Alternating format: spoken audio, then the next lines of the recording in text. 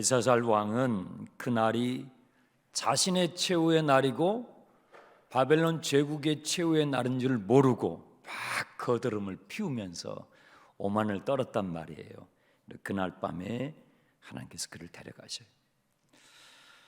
바벨론 제국은 메대와 바사의 이 두 나라의 연합군의 공격을 받아가지고 점령이 됐죠. 멸망을 당하는데 메대의 리더는 다리오라는 사람이었어요. 본문에 나오죠.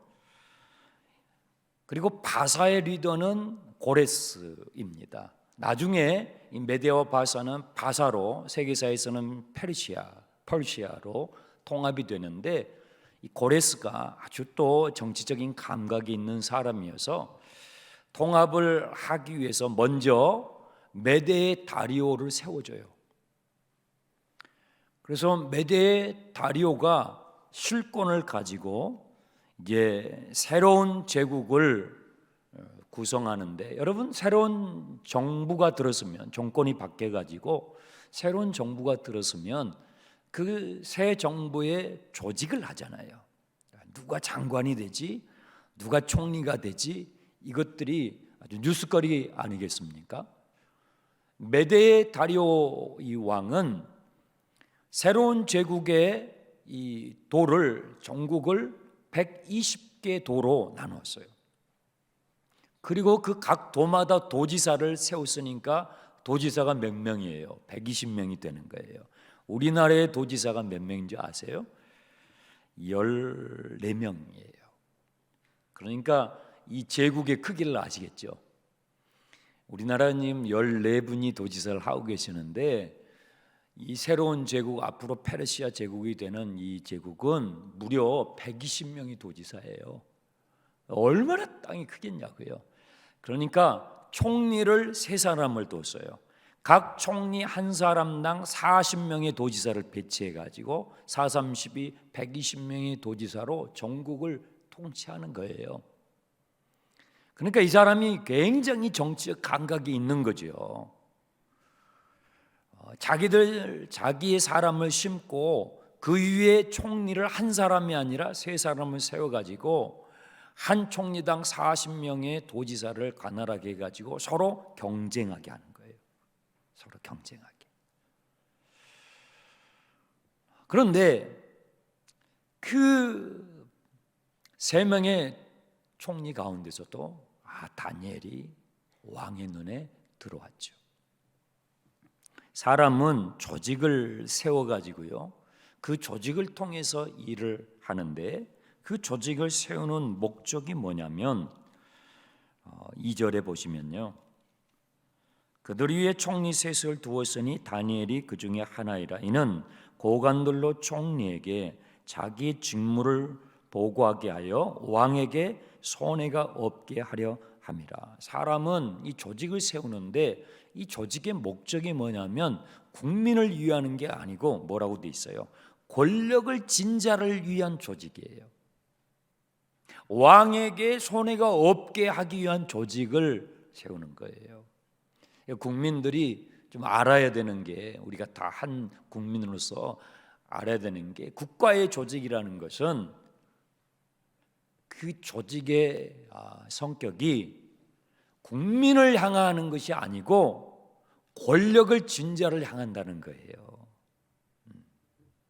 그 권력을 강화하고 그 권력을 더 유지하기 위해서 조직을 만들어 가는 것이죠. 그러니까 조직은 약점을 가지고 있어요. 어떤 약점일까요? 사람을 사람답게 못한다는 거예요. 인간을 인간답게 해줄 수 없다라는 거예요. 조직은 그 힘을, 그 권력을 잡은 사람을 향하기 때문에, 그를 위한 것이기 때문에 국가의 조직이나 사회의 조직이나 직장의 조직이나 또 동호회, 동창회, 이런 인간이 만들어낸 조직들은요, 여러분이 다 한두 개씩 다 소속돼 있잖아요. 그 조직은 인간은 인간답게 못해요. 조직의 목적이 그 조직 안에 있는 사람, 개개인 한 사람 한 사람을 위하는 게 아니고 그 그 조직 안에 힘을 가진 자를 위해서 작동하기 때문에 그러는 거죠. 자, 사진 한번 보세요. 제가 좀 이렇게 구분을 하기 위해서 영어를 사용하는 걸 양해해 주시기 바랍니다. 인간은 조직을 자꾸 만들어요. 큰 국가적인 또 사회에 뭐 하다못해 동창들, 친구들, 뭐 밴드, 독방 수 없는 조직을 만들잖아요. 이 조직을 오거니제이션이라고 그래요. 그런데 하나님은 조직을 만들지 않아요. 인간은 조직을 만들어요. 그래서 인간은 꼭 이 사람은 하나님이 흉내를 내요. 사람은 하나님이 흉내를 내가지고 자꾸 조직을 만드는데 하나님이 만드시는 건 조직이 아니에요. 하나님은 오거니즘, 유기체, 더 쉬운 말로 생명체를 만드시는데 하나님께서 만드신 이 유기체는 대표적인 게 우리의 몸이에요. 여러분 몸, 우리 바디, 우리 몸이에요. 이 몸은 팔도 있고 다리도 있고 머리도 있고 뭐 온갖 각 지체들이 다 붙어 있잖아요. 그런데 쫙 하나로 움직이잖아요. 뭐 겉속 할 것 없이 다 하나로 기가 막히게 이 한 덩어리 생명으로 쫙. 이 바디는, 이 몸은 뭐 어떤 한 권력을 가진 오른팔 이 하나를 위해서 그렇게 하지 않아요. 몸 전체를 위해서 다 같이 상호 작동해서 이 생명을 유지시켜줘요. 이게 하나님이 만드신 거예요. 또 하나님께서 만드신 유기체가 있는데 그게 뭐냐면 가정이에요. 창세기 보면 하나님께서 아담 한 인간을 창조하신 다음에 그 다음에 가정을 만드셔요. 여러분 가정은요 조직이 아니에요. 가정에서 힘 제일 센 분이 누구예요? 뭐 가장이라고 이제 쳐요. 가장. 그러면 아빠가 회장, 엄마가 부회장, 첫째가 총무, 막내가 부원. 여러분 가정이 그런 겁니까? 아니에요. 여러분 집에 가셔가지고 아우 회장님 오셨습니까? 부회장님 실권은 여기서 다 가지고 있잖아요. 여러분 가정은 조직이 아니에요.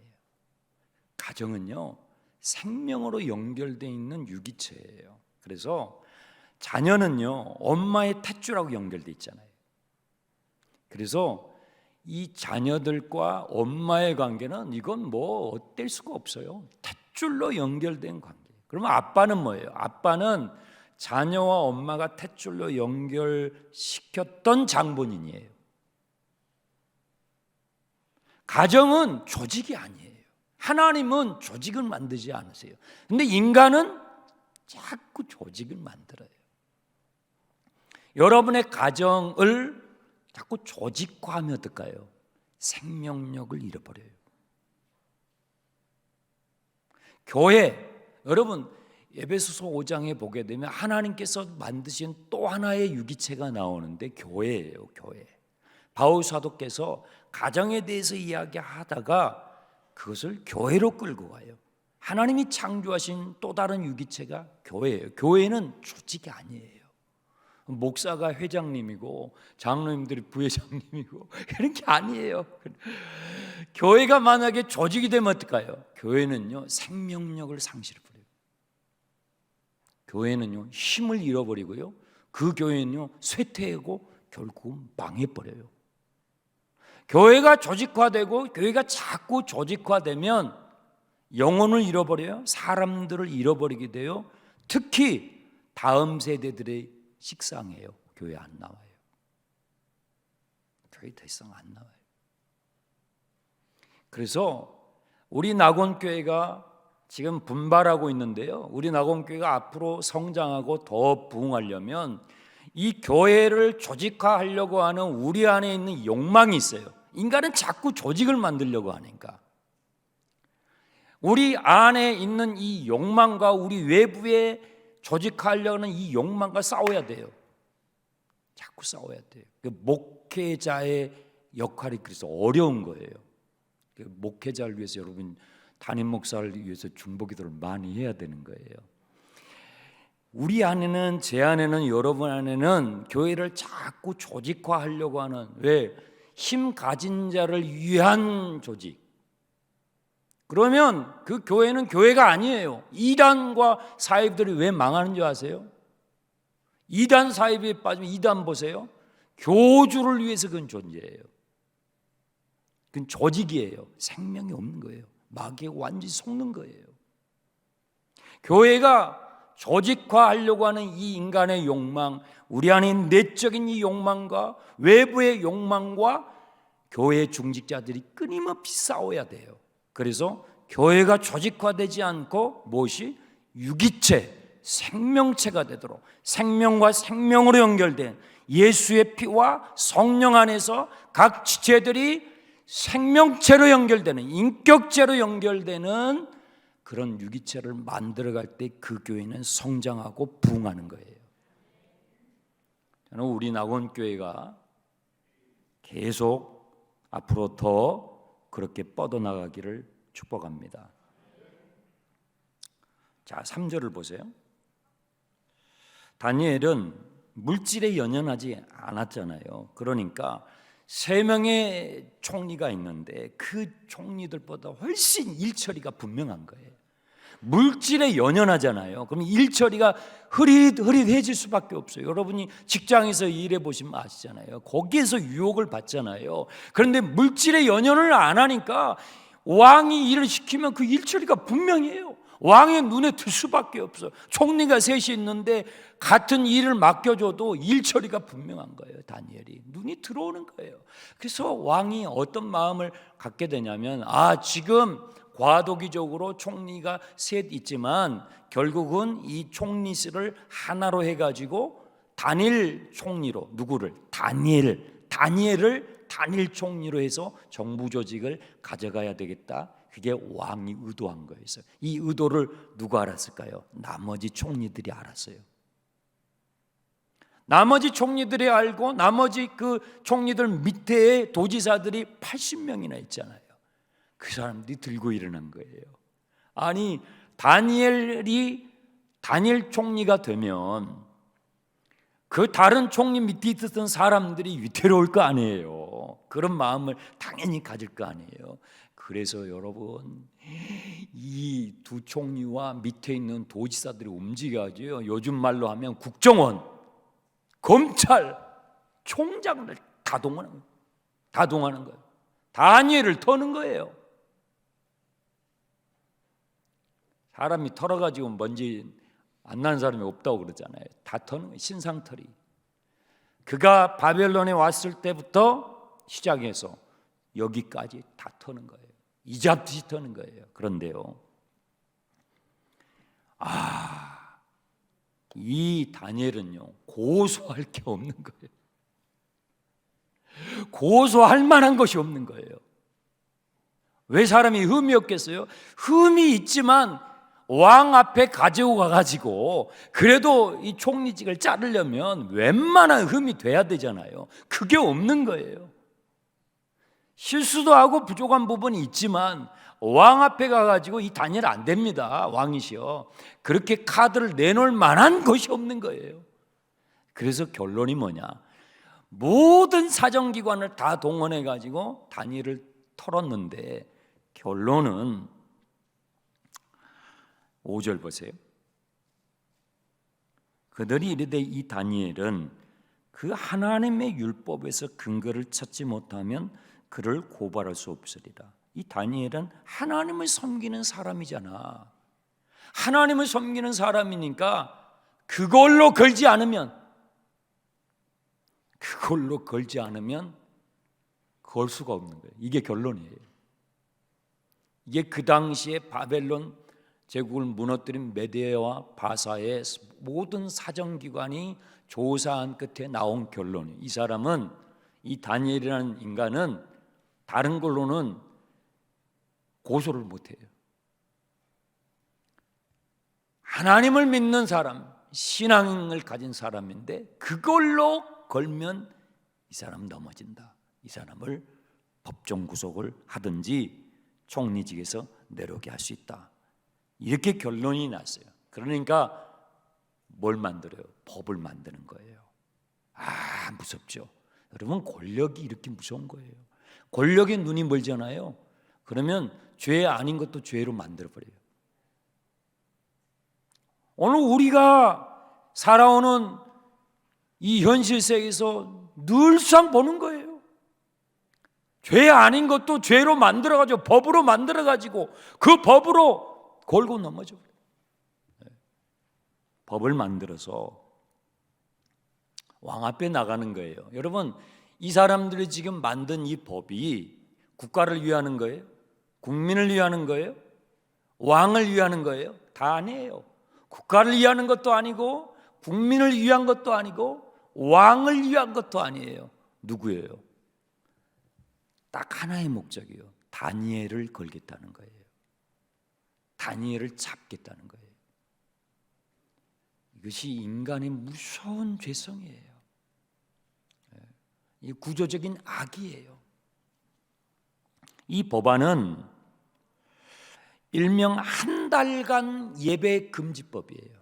한 달간 왕 외에 어떤 신이라도, 이제 막 제국이, 바벨론 제국이 무너지고 새로운 제국이 세워졌잖아요. 그러니까 좀 불안정하잖아요. 전국의 이 분위기들이. 그러니까 왕 앞에 나아가서, 왕이시여, 지금 전국이 좀 안정되지 못했습니다. 왕권을 강화해야 하지 않습니까? 왕이 끄덕끄덕하죠. 아, 그러면 왕이시여, 뭐 올해는 말고 딱 한 달, 30일, 한 달 동안 예배 금지법을 만듭시다. 왕 위에 그 어떤 존재에게도 예배하거나 기도하지 못하도록 그렇게 하시면 이제 새로 출범한 우리 제국이 왕권이 강화되면서 왕께서 전국을 안정화시키면서 통치해 나갈 수 있을 것입니다. 얼마나 좋아요, 얼마나. 왕이 싫을 게 하나도 없는 거예요. 너무너무 좋은 거예요. 그런데 그 내막은 뭐예요? 왕을 위한 것도 아니고 나라를 위한 것도 아니고 다니엘 한 사람을 때려잡겠다는 거예요. 여러분, 이런 딜레마에 빠져보신 적 있습니까? 정직하려고 했는데 정직한 것이 내 덫이 되는 거예요.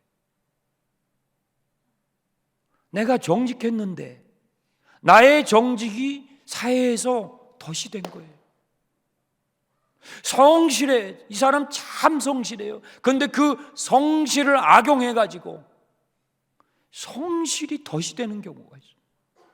이 사람은 그냥 예수님밖에 몰라. 예수님 잘 믿겠다는 거예요. 근데 예수님 잘 믿는 잘 믿겠다는 그 믿음이, 그 신앙이 오히려 덫이 돼, 덫이. 지금 다니엘이 그 상황이 된 거예요. 걸려둘 수밖에 없는 덫이에요. 그렇죠? 여러분, 차별금지법은요, 교회가 걸려둘 수밖에 없는 법이에요. 악법이죠. 악법이죠. 이 국가 권력을 동원해서 타겟이 교회거든요. 타겟이. 지금 타겟이 누구예요? 다니엘 한 사람이에요. 다니엘 한 사람을 놓고 지금 조여들고 있는 거예요. 자, 여러분 같으면 어떻게 하겠어요? 아, 나 예수님 믿는 거 포기. 여러분 같으면 예수 믿는 거 포기하겠어요? 여러분, 다른 건 다 포기해도 예수는 포기하지 마세요. 예수를 포기하면 안 돼. 다니엘은 어떻게 했는지 봅시다. 10절을 보세요. 10절 우리 다 함께 읽겠습니다. 다니엘이 이 조서에 왕의 도장이 찍힌 것을 알고도 자기 집에 돌아가서는 윗방에 올라가 예루살렘으로 향한 창문을 열고 전에 하던 대로 하루 3번씩 무릎을 꿇고 기도하며 그 하나님께 감사하였더라. 이건 멋지지 않습니까? 응? 정말 부럽지 않습니까? 이 믿음이. 진짜 예수의 사람. 진짜 믿음을 보는 거예요. 읽을 때마다 막 부러운 거예요. 읽을 때마다 부러워요. 여러분, 우리는 알면 어때요? 우리는 알면 알기 때문에 타협하려고 그래요. 지금 다니엘이 왕의 도장이 찍힌 것을 알고도 우리는 알면은 타협해요. 아, 그래, 한 달만 참자. 주님도 아셔. 주님이 내 중심을 아시지. 한 달만 참자. 우리는 알기 때문에 타협하고 합리화시키려고 그래요. 그런데 다니엘은요, 알고도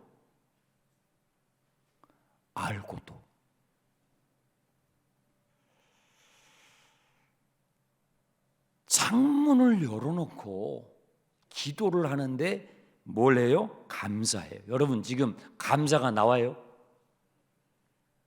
아니, 뭐 국정원, 검찰, 경찰, 온 사법기관이 다 총동원돼 가지고 나 한 명 때려잡겠다고 눈을 부라리고 있단 말이에요. 그런데 감사가 나와요? 그런데 감사해요. 자, 왜 감사했을까요? 그 앞에 그 비밀이 숨겨져 있어요. 잘 보세요. 다니엘이 아니 어떻게 이런 상황에서 감사라는 것은 무슨 감사할 뭐가 있어야 감사를 하는 건데 어떻게 이 감사를 하느냐 말이에요. 자, 보세요. 윗방에 올라가 예루살렘을 향하여 창문을 열고, 자, 밑줄 전에 하던 대로, 거기 밑줄 그으세요. 전에 하던 대로. 이 상황에서 다니엘이요 감사할 수 있었던 것은요 늘 감사했기 때문에, 늘 감사했기 때문에 감사가 되는 거예요. 범사에 감사했기 때문에. 이 6장에 와가지고 벼랑간 짜가지고 무슨 감사를 하는 게 아니고 전에 하던 대로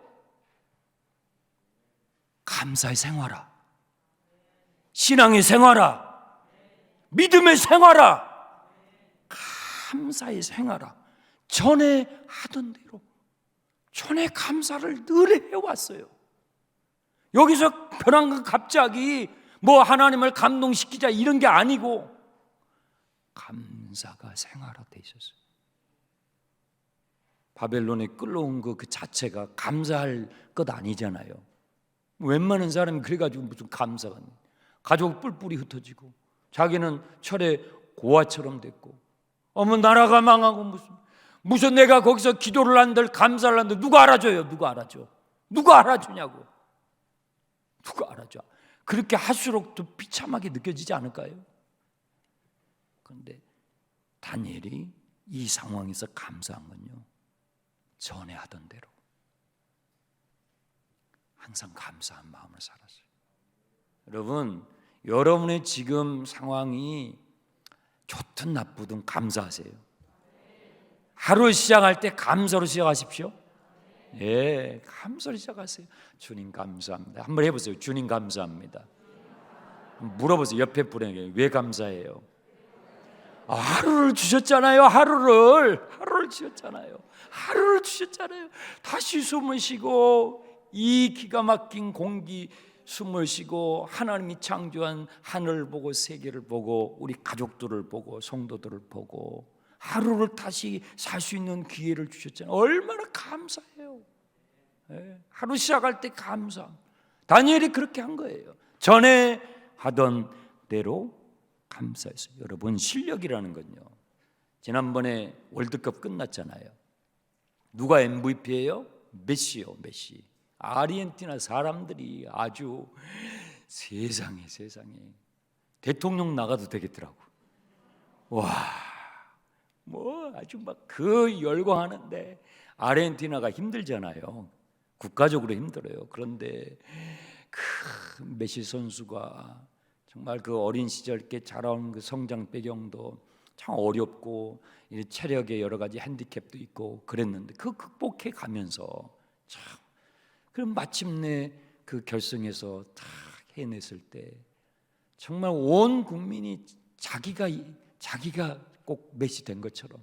네, 여러분, 실력이라는 게, 그 축구 실력이라는 게, 그 실력이 하루아침에 그게 되는 거예요?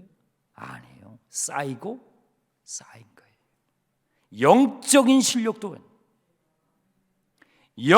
실력도 하루아침에 무슨 불 떨어져 가지고 아니에요. 전에 하던 대로 하루하루 매일매일 쌓이고 쌓인 거예요. 여러분, 이게 일상의 순교는 축복이에요. 우리가 지난 3년 동안에 일상이 이렇게 귀한 것이구나. 우리가 그냥 반복하니까 이 별 무의미하고 가치 없는 걸로 알았는데, 다람쥐 쳇바퀴 돌듯이 살아왔던 우리 일상, 너무나 평범한 일상, 그것이 너무나 소중했던 거예요.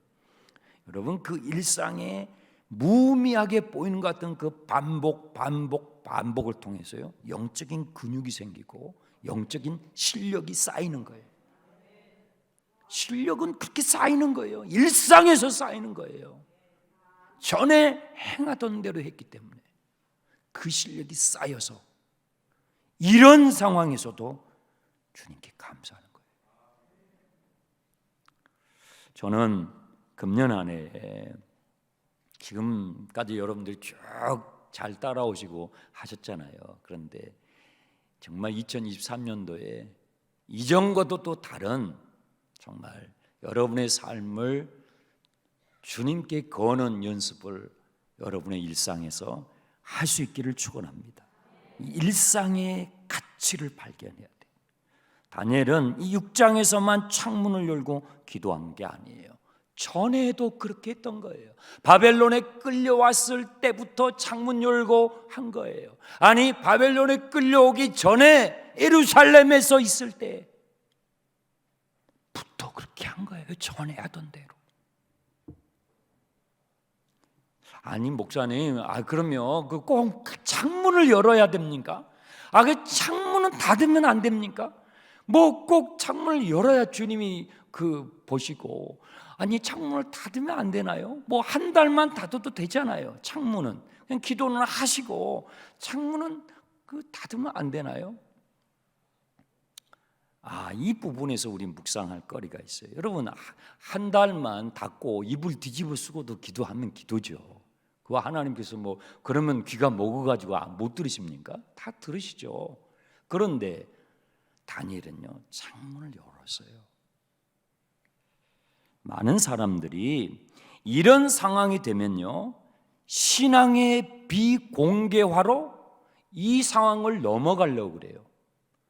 여러분, 팬데믹 코로나를 겪으면서 한국 사회의 전 세계의 교회들마다 지금 어떤 증상들이 생기냐면 신앙의 비공개화예요.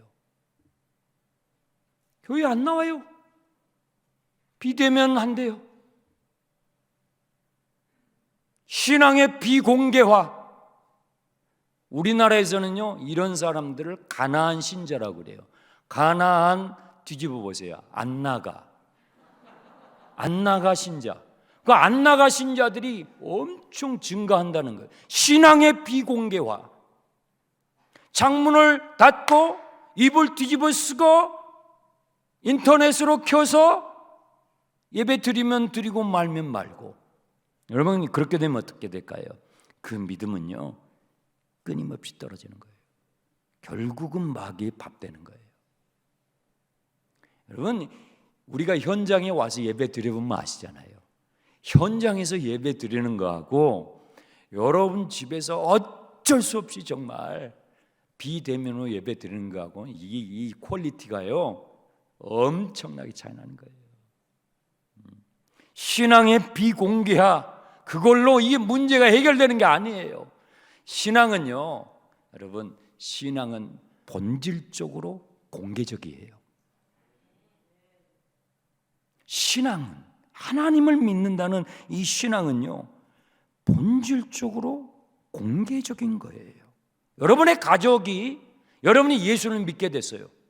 여러분이 그리스도인이 됐다는 것을 알게 될 수밖에 없어요. 여러분의 직장에서, 여러분의 학교에서, 여러분이 일터에서 여러분이 예수님을 믿으면 여러분 주위에 있는 이웃들이 여러분이 예수님을 믿게 된 크리스찬이 됐다는 사실을 알게 될 수밖에 없어요. 여러분, 빛은 어둠 속에 꼭꼭꼭 숨겨놔도요, 빛은 드러나게 돼 있다고. 예수님이 뭐라고 그랬어요? 너는 세상의 빛이라고 그랬잖아요. 빛 대신 예수님이 내게 들어왔어요. 빛 대신 예수님이 내 안에 들어오셔가지고 내가 빛이 됐다고요. 그런데 내가 어둠 속에 간다고 그게 꼭꼭꼭 숨겨지냐고요. 신앙의 비공개야. 어림도 없어요. 신앙은 근본적으로 공개적인 거예요. 드러날 수밖에 없어요. 교회 다니시죠? 예수님 믿으시죠? 드러날 수밖에 없는 거예요. 여러분의 말과 여러분의 행동과 여러분의 선택과 여러분의 태도, 행동 거지에서 여러분이 예수를 믿는 사람이라는 게 드러날 수밖에. 그게 안 드러나요? 비공개와 안 드러나요? 그러면 내가 정말 내 안에 예수가 계시는지 확인해 봐야 돼요. 드러날 수밖에 없어요. 다니엘은요, 창문을 여는 거예요. 멋있어요. 창문을 여는 거예요. 여러분의 삶의 자리에서 창문을 여시기 바랍니다. 여러분의 삶의 자리에서 하나님과 소통하는, 나는 하나님의 자녀입니다. 내 인생은 하나님께 걸었습니다. 나는 하나님의 딸이고 나는 하나님의 자식입니다. 다 여러분의 삶의 자리에서 창문을 여세요. 목사님, 왜 예루살렘을 향하여 기도합니까? 아니, 그냥 뭐 꼭 그래야 합니까? 그냥 뭐 예루살렘이 어디 있는지 나침반이 있어요, 뭐 인공위성이 있어요, 꼭 예루살렘을 향해서 이렇게 해야 합니까?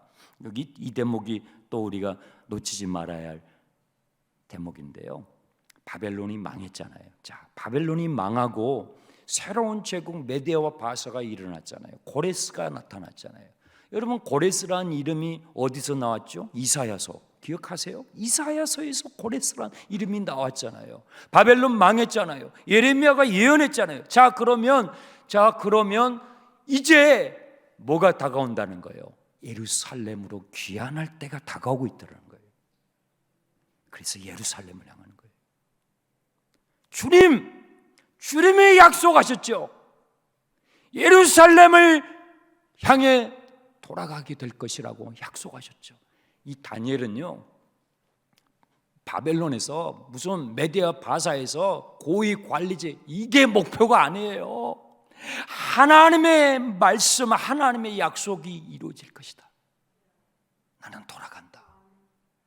나는 예루살렘으로 돌아간다. 예루살렘으로 돌아가 잊지를 않는 거예요. 하나님의 약속을 잊지 않는. 왜 우리가 불안해요? 하나님의 약속이 안 믿어질 때. 하나님의 약속이 안 믿어질 때 우린 불안해요. 너무너무 불안해. 예배 드리면서도 기도하면서도 불안해요. 그런데 언제 우리가 안 불안해요? 하나님의 약속이 믿어질 때. 나는 예루살렘으로 돌아간다. 자, 우리 말씀을 찾아보겠습니다. 예레미야 29장이요. 왜 예루살렘을 향하여 창문을 열어놓고 기도하냐 이 말이죠. 예레미야 29장, 아주 우리가 예레미야서 하면서 기억했던 말씀이죠. 29장 10절부터 보세요. 예레미야 29장 10절입니다. 함께 읽습니다. 여호와께서 이와 같이 말씀하시니라. 바벨론에서 70년이 차면 내가 너희를 돌보고 나의 선한 말을 너에게 성취하여 너희를 이곳으로 돌아오게 하리라. 여호와의 말씀이니라. 너희를 향한 나의 생각을 내가 아나니 평안이요 재앙이 아니니라. 너희에게 미래와 희망을 주는 것이니라. 너희가 내게 부르짖으며 내게 와서 기도하면 내가 너희들의 기도를 들을 것이요 너희가 온 마음으로 나를 구하면 나를 찾을 것이요 나를 만나리라. 이것은 여호와의 말씀이니라. 나는 너희들을 만날 것이며 너희를 포로된 중에서 다시 돌아오게 하되 내가 쫓아 보내었던 나라들과 모든 곳에서 모아 사로잡혀 떠났던 그곳으로 돌아오게 하리라. 이것은 여호와의 말씀입니다. 여러분, 다니엘이 예루살렘을 향하여 창문을 열어, 이것은요 하나님의 약속의 말씀을 진짜 믿은 거예요. 진짜 믿은 거예요. 그냥 믿은 게 아니고 어떻게 해요? 진짜 믿은 거예요. 그래서 주님 보세요, 저 창문을 엽니다. 제가 예루살렘을 향해서 또 기도합니다. 저 진짜 믿습니다. 이걸 행동으로 주님 앞에 보이면서, 그냥 여러분 찬양하는데 막 몸으로도 찬양하잖아요. 어떻게 이렇게 돌려요, 막 이렇게. 네? 아니 그냥 기도해도 되잖아요. 근데 창문을 여는 거예요. 그냥 기도해 드렸는데 예루살렘을 향하여. 왜요? 주님 보세요, 난 진짜 믿어요. 주님이 하신 약속을 난 진짜 믿습니다. 이게 다니엘의 믿음이에요. 다니엘은 진짜 믿었어요. 여러분, 하나님의 말씀을 진짜로 믿으세요. 자, 본문으로 다시 돌아오세요. 다니엘서 6장. 다니엘이 예루살렘을 향하여 창문을 열고 하루에 몇 번? 3번 기도했어요. 3번. 아니 왜 3번? 한 번만 기도해도, 한 번만 기도해도 지금 위험한 판인데 왜 3번을, 아침, 오후, 저녁 이렇게 기도했거든요. 하루 3번. 왜 3번을 기도해요? 사람은 아침에 결심이요 정심때 바뀌어요. 정심때 결심이요 저녁에 바뀌어요. 3번 기도하는 거예요. 아침에 결심했어요. 그 또 정심때 흔들리는 거예요. 그럼 정심 또 기도해. 저녁이 되면 정심때 했던 결심이 또 흔들려. 저녁에 또 기도하는 거예요. 내일부터 우리 교회 마가의 다락방 기도회가 시작이 돼요. 마가의 다락방이 시작이 되면 50일이 다가온다는 거죠. 우리 교회 이 사이클을 여러분이 아시죠? 마가의 다락방이 먼저 시작하고 이제 50일이 다가온다는 얘기죠. 제가 보통은 우리 기도 카드를 조장들에게 만들어 드려요. 근데 이번에는 만들어 드리지 않았어요. 왜냐하면 2024년도는 이전과 달라야 돼. 성령의 감동대로 자발적으로 해보는 거예요.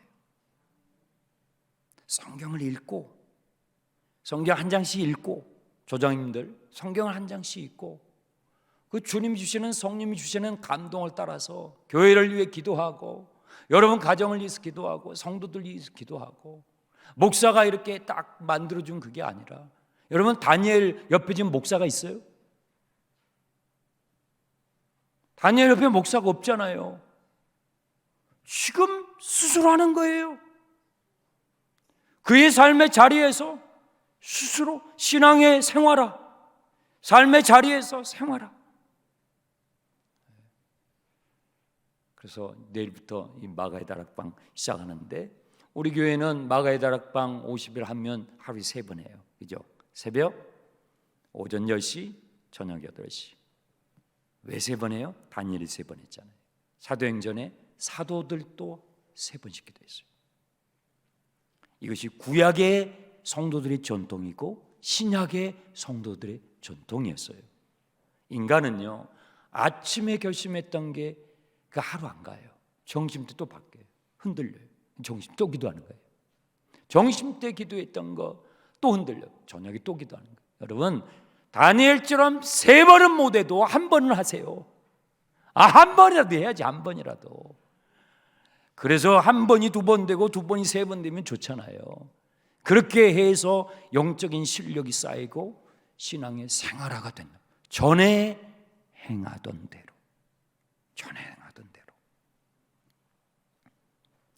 다니엘의 믿음은요, 환경이 따라 정권이 바뀐다고, 세월이 바뀐다고 변하는 게 아니에요. 변하지 않았어요. 아침, 오후, 저녁마다 창문을 열어놓고 그 이방의 땅에서 목회자도 없어요. 주님을 바라보며 주님의 약속을 믿고 기도하는 거예요. 사랑하는 우리 나고의 성도 여러분, 매일 여러분의 삶의 자리에서 창문을 여십시오. 창문을 여는 자가 되십시오. 그리하여 하나님께서 이 어두운 시대에 새 역사를 이루는 하나님의 새 역사의 창문을 여는 주인공들이 되시길 예수님의 이름으로 축원합니다. 기도하겠습니다. 하나님 아버지, 창문을 여는 다니엘을 봅니다. 주님, 나에게도 우리 낙원의 성도들 한 분 한 분, 우리 다음 세대 우리 청년들에게도 우리 자녀들에게도 창문을 여는 이 믿음을, 이 진정한 믿음을 허락해 주옵소서. 예수님의 이름으로 기도합니다.